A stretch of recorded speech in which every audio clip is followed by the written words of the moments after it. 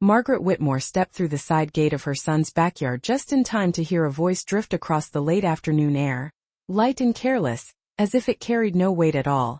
"I mean honestly, why is she even alive?" The words stopped her mid-step, one hand still resting on the cool metal latch, her breath catching somewhere between her chest and her throat as if her body itself refused to process what she had just heard. And for a moment she wondered if she had misheard, if the wind had twisted the sentence into something crueler than intended. But then came a soft laugh, unmistakably Ashley's, followed by the scrape of a chair against the patio stones, and Margaret knew with a quiet, sinking certainty that there had been no mistake. She stood there, just beyond the line of sight, the smell of freshly cut grass mixing with the faint sweetness of iced tea, the kind of ordinary, peaceful afternoon that should have meant comfort, not this sharp, invisible fracture running straight through her chest. And still she didn't move, didn't step forward, didn't announce her presence the way she normally would with a gentle call of "Daniel, honey, I'm here." Because something in her, something older and steadier than shock, told her to stay exactly where she was and listen. She had come over unannounced, just a short drive across town,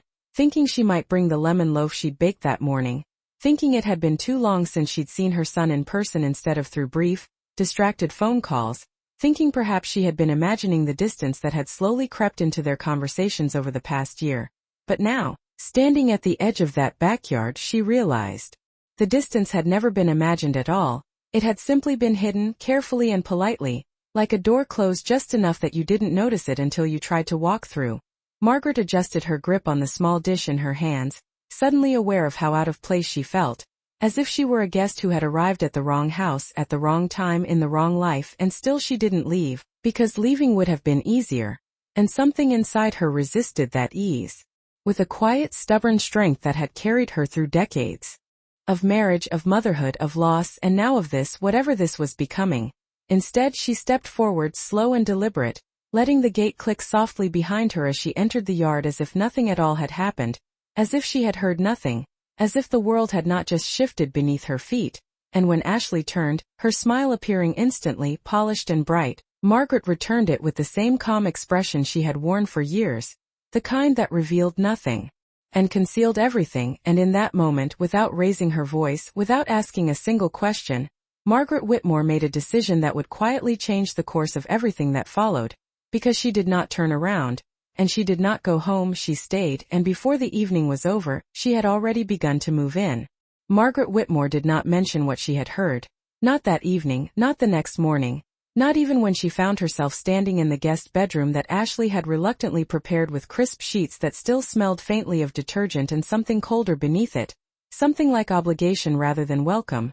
And she moved through the room slowly, placing her small suitcase on the edge of the bed as if she were setting down more than just clothes, as if she were anchoring herself to a decision that had already begun to take shape the moment she chose not to walk away. The house felt different from the inside than it had from the driveway, larger somehow, but not warmer, the walls decorated with carefully chosen art that did not include a single photograph of the past that Margaret remembered so clearly. No framed pictures of Daniel as a child with grass-stained knees, no snapshots of holidays where laughter had once filled every corner, only curated moments that seemed to begin long after she had stopped being central to his life. And she noticed these things without commenting, without asking, the way she had learned to notice many things over the years without making them heavier than they already were. Dinner that night was polite, almost painfully so, with Daniel asking about her drive as though it had not taken less than 20 minutes, and Ashley offering a salad with a smile that never quite reached her eyes.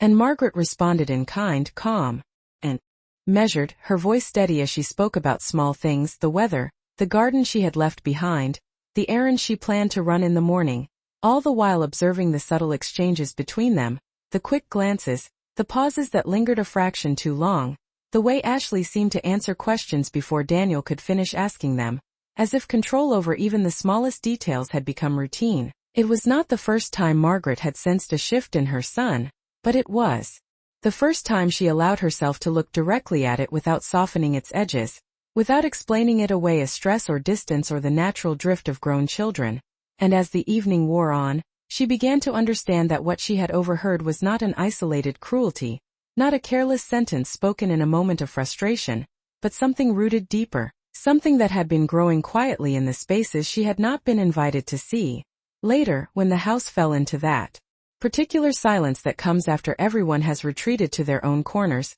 Margaret sat on the edge of the bed and folded her hands in her lap, her mind moving not in circles of confusion but in straight, deliberate lines, tracing back through recent years with a clarity that surprised even her, recalling the cancelled visits that had come with vague explanations, the holidays that had shifted locations without her input, the phone calls that had grown shorter and less frequent each memory now settling into place like pieces of a puzzle that had been scattered on purpose, and she did not cry, not because she did not feel the weight of it, but because something steadier had taken its place, a quiet recognition that what she was facing required more than hurt, it required attention. The next morning she woke early, long before the sound of movement in the rest of the house, and walked into the kitchen where the light filtered in through the blinds in thin, pale lines, illuminating the clean countertops and the neatly arranged appliances that spoke of order and control, and she began to make coffee the way she always had, measuring carefully, moving with a familiarity that did not belong to this space and yet did not hesitate to claim it,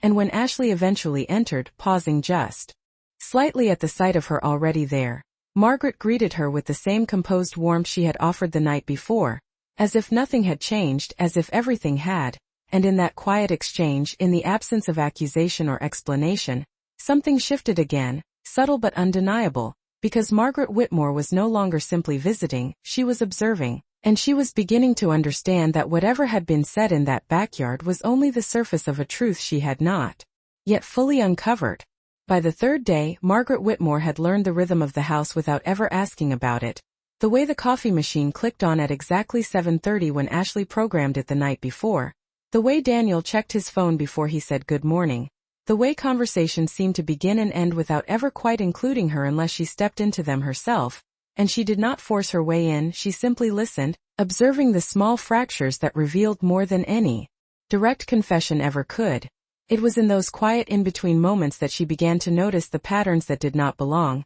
like the stack of unopened mail addressed to her old house that had somehow found its way here, tucked neatly on a side table as if waiting for a moment that never came, or the way Ashley hesitated whenever finances were mentioned, her tone shifting ever so slightly into something practiced, something rehearsed, and Margaret recognized that tone because she had heard it before in business meetings her late husband used to attend, the careful voice of someone who wanted to control the narrative without appearing to do so. One afternoon, while Daniel was at work and Ashley had stepped out for what she described as a quick appointment, Margaret found herself alone in the living room with a silence that felt less like peace and more like an invitation, and she did not snoop, not in the way that word might suggest, but she allowed herself to look more closely at what had been placed in plain sight, at the documents stacked inside a decorative tray, at the envelopes that bore familiar logos from banks and insurance companies, and she noticed that some carried Daniel's name alone, while others were addressed jointly to Daniel and Ashley, and none, not a single one, included her. Not even the accounts she had once shared with her husband, accounts she knew had not simply disappeared. She moved carefully, not touching anything she did not need to, but letting her eyes trace the details, the dates, the return addresses, and she felt that same quiet certainty settle deeper within her, the understanding that decisions had been made without her knowledge, decisions that affected more than just convenience or living arrangements, decisions that suggested a deliberate effort to shift ownership, to redefine what belonged to whom. And she did not react outwardly, she did not call anyone, she did not confront, because confrontation would have closed doors that were only just beginning to open. Instead, she returned everything exactly as she had found it and sat down with a book she did not read, her mind moving steadily through possibilities, connecting what she had seen with what she had heard, with the sentence that still lingered in the back of her thoughts not as a wound but as a clue. That evening when Daniel came home, he seemed distracted, more than usual, his responses shorter, his attention divided between the conversation at the table and whatever message kept lighting up his phone, and Margaret watched him with a calm that felt almost unfamiliar to her, not the softness of a mother excusing her child's behavior, but the clarity of someone beginning to see him as he was now rather than who he had been. And when Ashley mentioned, almost casually, that they might need to revisit a few arrangements soon, Margaret noticed the way Daniel nodded without asking what she meant, the way agreement came before understanding, and that told her more than any explanation ever could. Later that night, as she prepared for bed, Margaret stood for a moment in front of the mirror, studying her reflection not with criticism but with a kind of quiet acknowledgement, as if she were meeting herself again after a long absence. And she realized that whatever had been set in motion in this house had not been designed with her awareness in mind. It had been built on the assumption that she would remain on the outside, that she would accept what she was given without question, that she would leave when it became convenient for others, and the faintest hint of a smile touched her lips, not from amusement but from recognition, because they had underestimated something essential, something they had never needed to account for before. And as she turned off the light and lay down, Margaret Whitmore did not feel like a guest anymore. She felt like someone who had arrived exactly where she needed to be, at exactly the right time to see what had been hidden in plain sight. The following morning unfolded with the same careful normalcy that had begun to define the house, but Margaret Whitmore noticed something new, not in what was said but in what was avoided, in the way Ashley moved through the kitchen with a sharper efficiency, opening drawers with slightly more force than necessary, closing them just a fraction too quickly, as if the presence of an unplanned variable had begun to disrupt a system that had long operated without interruption. And Margaret did not interfere. She simply continued her routine, pouring coffee into a ceramic mug she had found in the cabinet 2 days prior, the same mug she now reached for without hesitation,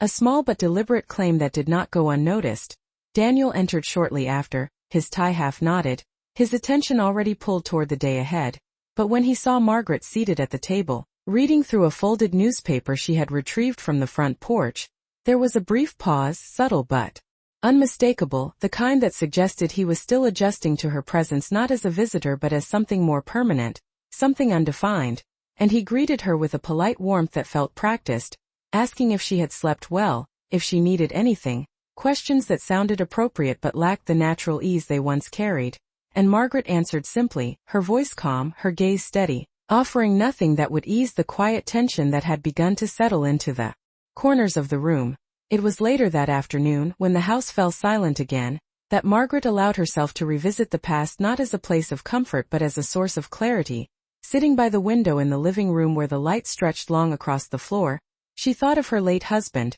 of the way he had handled every detail of their shared life with a quiet sense of order, how he had insisted on transparency, on ensuring that everything they built would remain protected, not just for themselves but for each other. And she remembered the conversations they had late at night, the ones about security, about trust, about making sure that no matter what happened, she would never find herself uncertain about where she stood. And at the time those conversations had felt like simple precautions, the kind that responsible people made without expecting they would ever be tested. But now, sitting in a house that felt both familiar and foreign, Margaret realized those precautions had not been excessive, they had been necessary. She rose slowly and walked toward the hallway, her steps measured, her expression unchanged, and she stopped briefly at the door she had noticed earlier in the week, the one that remained closed while all others were left open, and she did not reach for the handle, not yet, because she understood that some answers required patience, not force, and instead she turned away, choosing a different path, one that led her to the small desk in the corner of the room where a stack of neatly organized folders rested. And this time she allowed herself to sit, to open one carefully, her movements precise, respectful even, as if she were handling something that did not belong to her and yet somehow did. Inside, she found copies of documents that carried names she recognized and details she understood all too well, numbers that reflected transactions, dates that marked changes, and though nothing was explicitly stated, the pattern was clear enough to someone who had spent years beside a man who valued order above all else. Assets had been shifted, accounts restructured, responsibilities reassigned, all in ways that gradually removed her from the center of what had once been shared. And Margaret felt no surge of anger, no sudden rush of betrayal, only a steady, grounding awareness that what she had sensed was now supported by something tangible, something real. She closed the folder gently and returned it to its place, exactly as she had found it, her fingers lingering for just a moment on the edge before she withdrew them.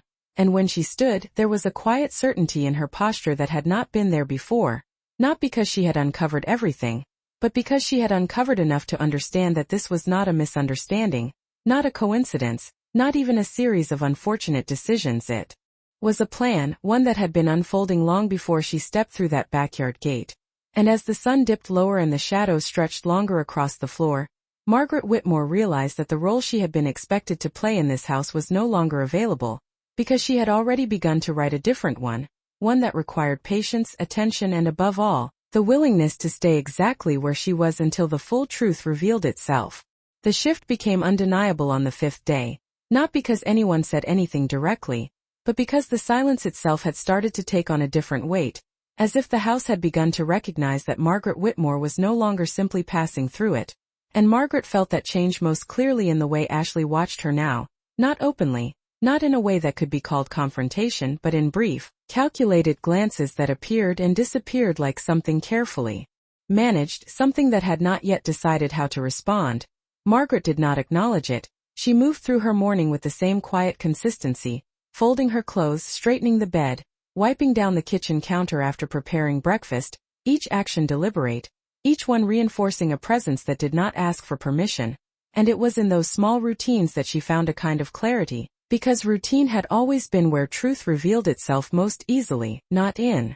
grand gestures but in what people repeated without thinking. Later that morning, while Daniel was at work and Ashley was again out of the house, Margaret made a decision that felt less like a risk and more like a continuation of something already in motion. She returned to the desk in the corner of the living room, but this time she did not hesitate before opening the drawer beneath it, the one that had remained untouched until now, and inside she found what she had expected and yet still paused to take in fully, neatly organized folders labeled with dates that stretched back several years, each one containing documents that traced a gradual and systematic shift in control, accounts once shared between her and her late husband now appearing under new ownership structures, properties reassigned through processes that had been executed with precision, everything arranged in a way that avoided attention while achieving exactly what it intended.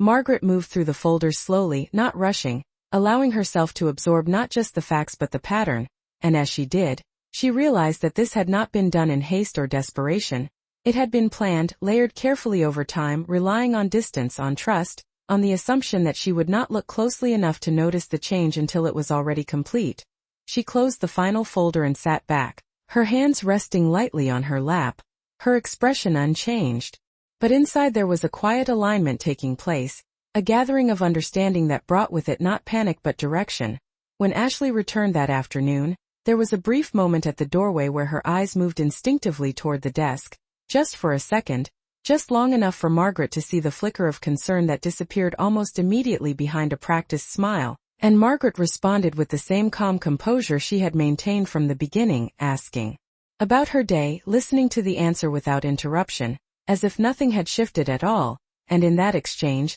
something subtle but important settled into place, because Ashley now knew, even if she did not yet know how much, that Margaret was no longer unaware. That evening, Daniel seemed more attentive than usual, lingering at the table a little longer, asking questions that suggested he was trying to re-establish something that had already begun to slip, but Margaret did not lean into it. She answered kindly, but without offering more than what was asked, and as she watched him, she understood that whatever role he had played in the changes she had uncovered, it was one shaped as much by compliance as by intention, and that realization did not excuse anything, but it clarified where her focus needed to be. Later, as the house grew quiet again, Margaret stood by the window, looking out at the backyard where everything had begun, the place where a single sentence had shifted the course of her understanding, and she allowed herself to revisit it not as a moment of hurt but as a point of origin, the first clear indication that what had been happening beneath the surface could no longer remain hidden.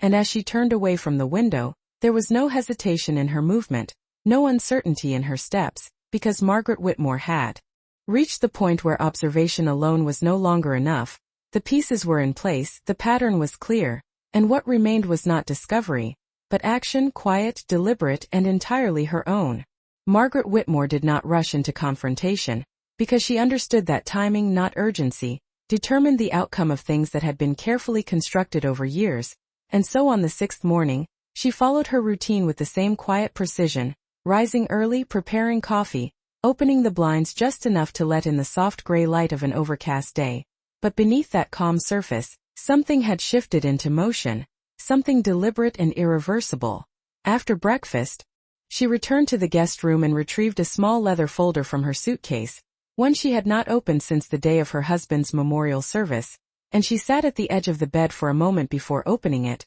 her fingers steady as she unfolded the documents inside, papers that carried signatures, dates, and terms that had once felt like distant precautions but now revealed themselves as something far more immediate, far more relevant, and as she reviewed them, she recognized the structure her husband had put in place, safeguards that ensured certain assets could not be altered without her direct involvement, protections that had been quietly embedded beneath the surface of everything they had built together. She closed the folder gently and exhaled, not in relief but in confirmation, because what she held in her hands was not just information, it was leverage, and she understood that leverage, when used correctly, did not need to be displayed loudly to be effective. Later that morning, she stepped outside with her phone, moving to the far edge of the backyard where the sound of passing cars softened into a distant hum, and she made a call she had already decided upon the night before, dialing a number she still remembered by heart, and when the voice on the other end answered, older now but unmistakably familiar,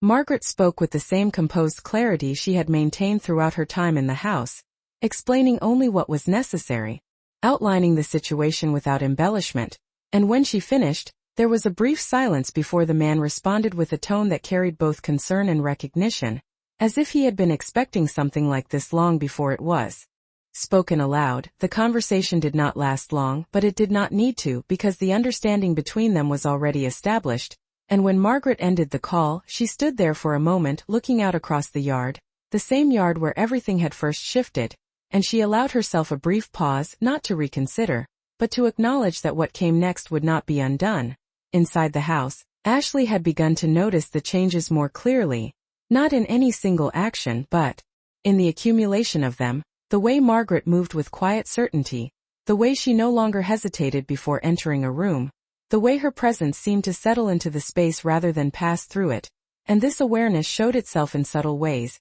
in the tightening of Ashley's posture, in the slight edge that crept into her voice when she spoke, and Margaret observed all of it without comment, because she understood that discomfort often revealed more than direct questioning ever could. That afternoon when Daniel returned home earlier than usual, there was a different kind of energy in the house, something tentative, as if he sensed that something was unfolding but did not yet know its shape, and he approached Margaret with an unusual directness, asking if everything was all right, if she needed anything, if there was something they should talk about, and Margaret met his gaze calmly, her expression neither confrontational nor reassuring, simply present, and she answered in a tone that carried both truth and restraint, telling him that everything was exactly as it needed to be for now, and that there would be time to talk soon enough. That evening, as the light faded and the house settled once more into quiet, Margaret returned to the living room and sat in the same chair she had occupied the previous nights, her hands resting lightly in her lap, her posture composed, and in that stillness,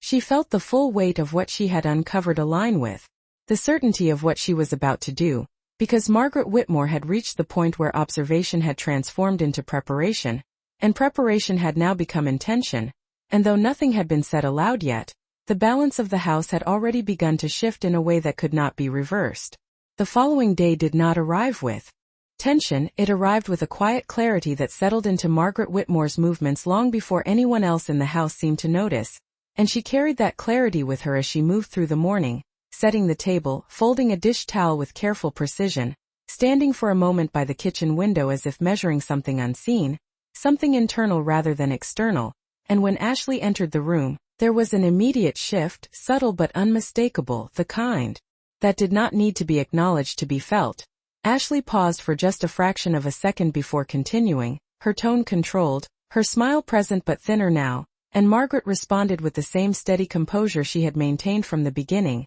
asking a simple question about the day ahead, listening without interruption, and in that exchange, the balance between them shifted again, not dramatically, not outwardly, but in a way that suggested the space itself was beginning to reorganize around a new understanding. Later that afternoon when Daniel returned home, he found Margaret seated at the dining table with a small stack of papers arranged neatly in front of her, not spread out, not displayed in a confrontational way, but present enough that their existence could not be ignored, and he hesitated as he stepped into the room, his eyes moving briefly from her face to the papers and back again, as if trying to determine whether this was a conversation he was prepared to have. And Margaret did not rush him, she did not begin speaking immediately, she allowed the silence to settle, to stretch just long enough that it required acknowledgement, and when she finally spoke, her voice was calm, measured, carrying none of the accusation that might have been expected. She simply said that there were a few things she needed to understand, and that it would be easier if they all sat down together. Ashley joined them moments later, her posture composed, her expression carefully neutral, and Margaret waited until both of them were seated before continuing, her hands resting lightly on the table, not touching the papers, not yet, as if even that small gesture held more weight than necessary. She did not recount everything she had discovered, she did not list dates or figures or documents, instead she spoke in a way that left space for them to respond, describing the changes she had noticed, the accounts that no longer included her, the decisions that had been made without her knowledge, and she watched them closely, not for their words, but for the pauses between them, for the way Daniel's gaze shifted downward before he answered, for the way Ashley's fingers tightened briefly against the edge of the table before relaxing again, and in those small details, Margaret saw confirmation more clearly than any explanation could provide. Daniel spoke first, his voice uncertain, offering explanations that circled around the truth without fully reaching it, words about convenience, about managing things more efficiently, about assuming it would be easier this way, and Margaret listened without interrupting, her expression unchanged, allowing him to finish before turning her attention to Ashley, who responded with a calm confidence that felt practiced, emphasizing organization, long-term planning, the intention to simplify things for everyone involved. And again Margaret listened, her silence neither agreement nor rejection, simply presence. When both of them had finished, the room grew still in a way that felt different from before, not uncertain but expectant, as if something had reached the point where it could no longer remain unspoken, and Margaret allowed that moment to settle before she finally reached forward and placed her hand lightly on the stack of papers, not opening them, not revealing anything further, just resting there as if to mark the line between what had been hidden and what was now understood, and she spoke with a quiet clarity that carried more weight than raised voices ever could, telling them that she had no intention of leaving, that she would remain exactly where she was until everything that needed to be addressed had been addressed properly, and she did not frame it as a demand or a threat, she stated it as a fact, something already decided, something already in motion, and in that moment, without raising her voice, without revealing the full extent of what she knew, Margaret Whitmore shifted the foundation of the house in a way that neither Daniel nor Ashley had prepared for, because for the first time since she had stepped through that gate, she was no longer observing from the edges, she was standing directly at the center, and she was not moving. The air in the house changed after that conversation, not in a way that could be easily described, but in a way that could be felt in every movement, every pause, every glance that lingered just a second too long, and Margaret Whitmore recognized it immediately as the quiet tension that follows when something carefully hidden has been brought into the light without being fully exposed, because now both Daniel and Ashley understood that she was no longer unaware, and more importantly, that she was no longer willing to remain on the outside of decisions that directly involved her life. The following morning, Margaret continued her routine as if nothing had shifted, preparing breakfast, placing 3 plates on the table instead of waiting to be invited, moving through the kitchen with a calm certainty that no longer carried any trace of hesitation, and Ashley noticed, not with words, but with the way she adjusted her own movements to accommodate a presence she could no longer ignore, while Daniel seemed caught somewhere between discomfort and realization, his attempts at normal conversation falling slightly out of rhythm, as if he were trying to maintain a balance that had already begun to tilt.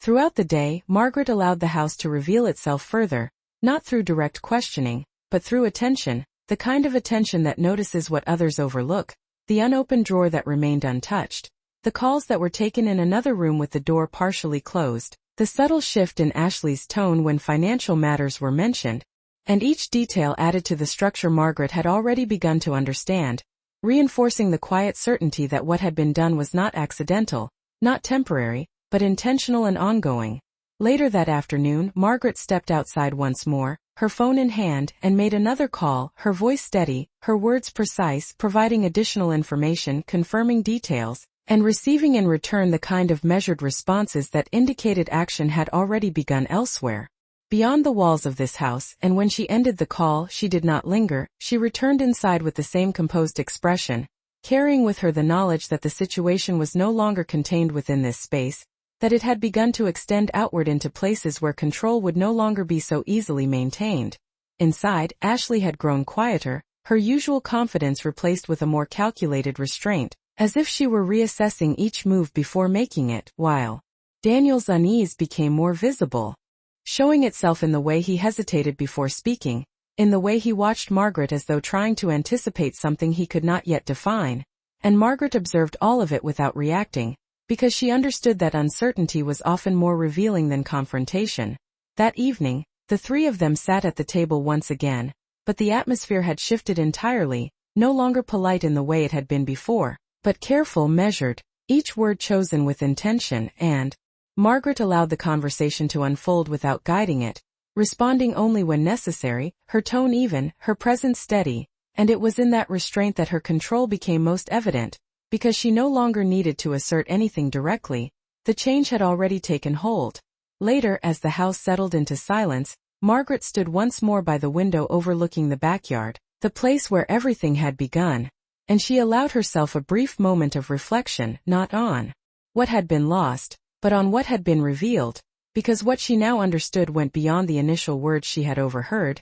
It extended into the structure of decisions that had been made without her, into the assumptions that had been built around her absence, and into the quiet expectation that she would eventually remove herself without resistance, and the faintest hint of resolve settled into her expression as she turned away from the window, because Margaret Whitmore was no longer responding to what had already happened, she was now shaping what would happen next, and though nothing had yet been fully brought into the open, the outcome had already begun to take form in a way that neither Daniel nor Ashley could fully see, not yet but soon. The final shift did not come with raised voices or dramatic confrontation. It arrived quietly, as most decisive moments in Margaret Whitmore's life had always done, and it began the next morning when she placed a single envelope on the dining table before either Daniel or Ashley had fully settled into their seats, not sliding it toward them, not announcing its contents, simply placing it there with the same calm precision she had shown in every step leading up to this moment. And then she sat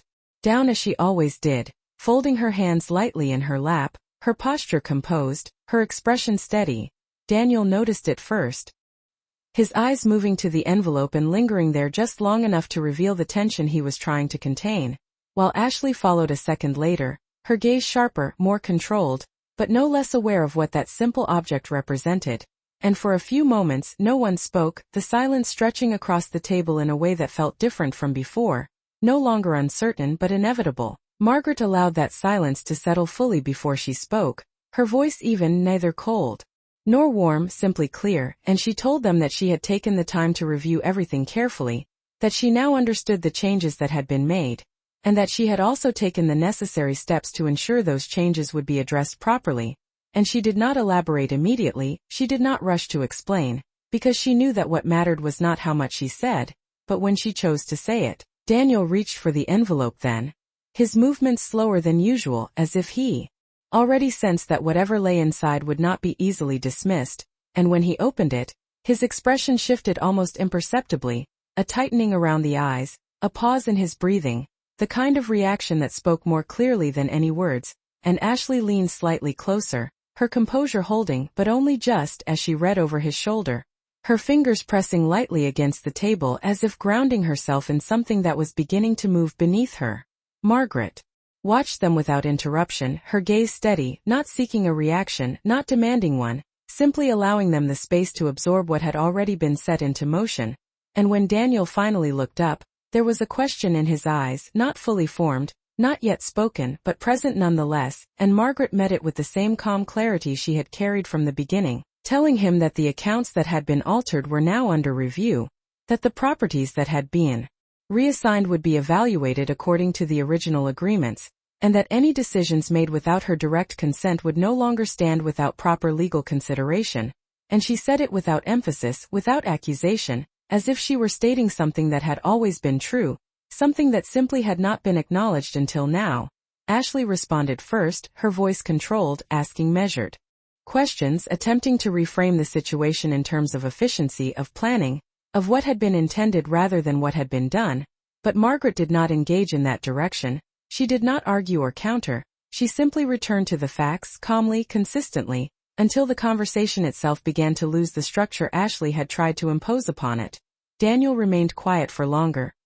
his attention moving between the papers and his mother, and in that silence Margaret saw Something shifted in him as well, not a sudden realization, but a gradual recognition of the position he now stood in, caught between what had been done and what was now being undone. And she did not press him, she did not demand that he choose, because she understood that some choices reveal themselves without being forced. When the conversation ended, it did not conclude with agreement or resolution, but with something more definitive, an understanding that the situation had moved beyond quiet arrangements and unspoken assumptions into a space where clarity would no longer be optional, and Margaret rose from the table with the same composed movement she had carried throughout, collecting nothing, leaving the envelope where it was, as if to mark the place where everything had shifted. Later, as she stood once more by the window overlooking the backyard, the light softer now, the air still, Margaret allowed herself a final moment of reflection, not on the words she had overheard, but on the decision she had made in response to them,